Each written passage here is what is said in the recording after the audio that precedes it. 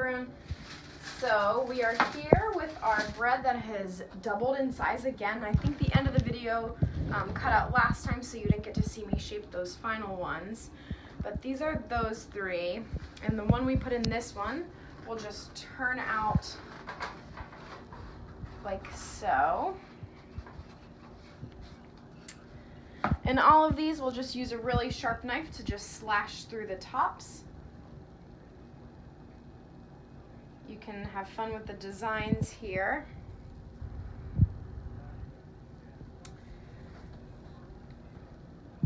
I'm gonna just do the classic cuts on this one.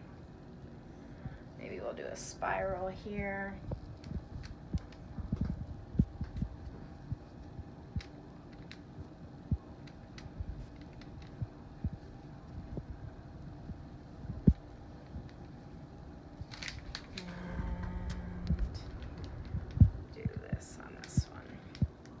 All right, so my oven is preheated to 400 degrees. So I'm gonna pop these in right now. I'm gonna let them go for a couple minutes, and then I'm gonna drop the heat and let them go at 350. This one looks really sad.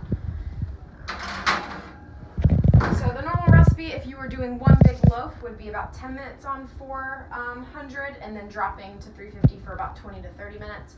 I'm gonna change that to about 5 minutes on 400.